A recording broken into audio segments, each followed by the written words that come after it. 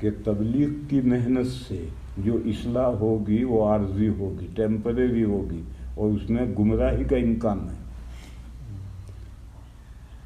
آج 60-70 سال ہوتے ہوتے تبلیغ جماعت میں کتنی ہی گمراہیاں پیدا ہو گئی۔ سب سے پہلی گمراہی تو یہ پیدا ہوئی کہ انہوں نے کہا ہمارا کام ہی جہاد ہے۔ ارے جہاد، جب ہم کتاب الجہاد بخاری میں کھولتے ہیں اور پڑھتے ہیں تو اس کا کیا مفہوم ہمارے ذہن میں آتا ہے؟ انہوں نے کہا نہیں ہمارا کام ہی جہاد ہے، تو پہلی گڑبڑ تو انہوں نے یہ کر ڈالی۔ دوسری گڑبڑ انہوں نے کہا کہ دین کا کام ہم ہی کر رہے ہیں، حضور والا اور صحابہ والا کام ہم ہی کر رہے ہیں۔ یہ وہ سب گمراہیاں ہیں جو تبلیغ میں پیدا ہو گئی، اور چھوٹی چھوٹی گمراہیاں تو بے حساب پیدا ہوتی۔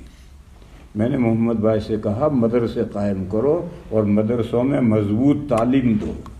پائیدار ہدایت یہ ہے،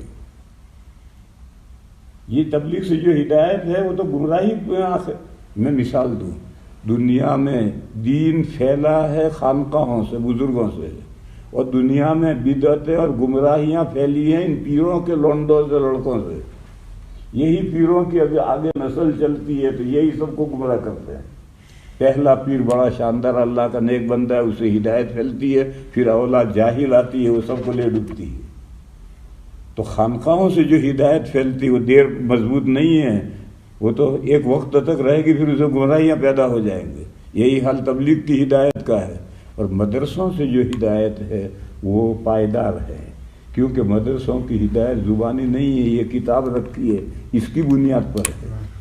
تو کوئی بھی مجھے ٹوک سکتا ہے کہ مولانا صاحب آپ کیا کہہ رہے ہیں، بخاری نے تو یہ لکھا ہے، تو مجھے سوچنا پڑے گا۔ اور ان خانقاہ والوں کو کوئی نہیں ٹوک سکتا، ان تبلیغ والوں کو کوئی نہیں ٹوک سکتا، ان کی تعلیم تو کسی کتاب کی بنیاد پر ہے ہی نہیں۔ اس لیے میں نے محمد بھائی سے کہا مدرسہ قائم کرو۔ دیکھو زامبیا والے تم سے آگے ہیں، میں کونگو میں گیا تھا وہاں کچھ نہیں ہے، فلاں جگہ گیا وہاں کچھ نہیں ہے، تمہارے یہاں بھی کچھ نہیں ہے، مدرسے قائم کرو اور مضبوط تعلیم دو۔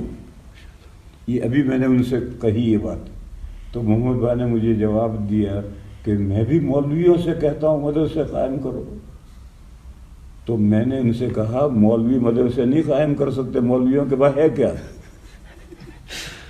مدرسے تو تم قائم کرو اور مولویوں سے کام لو، دونوں ملو گے تو پرندہ اڑے گا، اور اگر تم ایک پرندہ بائیں پر سے اڑتا رہے گا تو کبھی بھی نہیں اڑے گا۔ دونوں پر اکٹھا ہوں گے تو پرندہ اڑے گا۔ تو صاحب ثروت، صاحب اموال کھڑے ہوں اور کھڑے ہو کر مدارس قائم کریں، اور اس میں بہترین علماء انڈیا پاکستان سے لائیں۔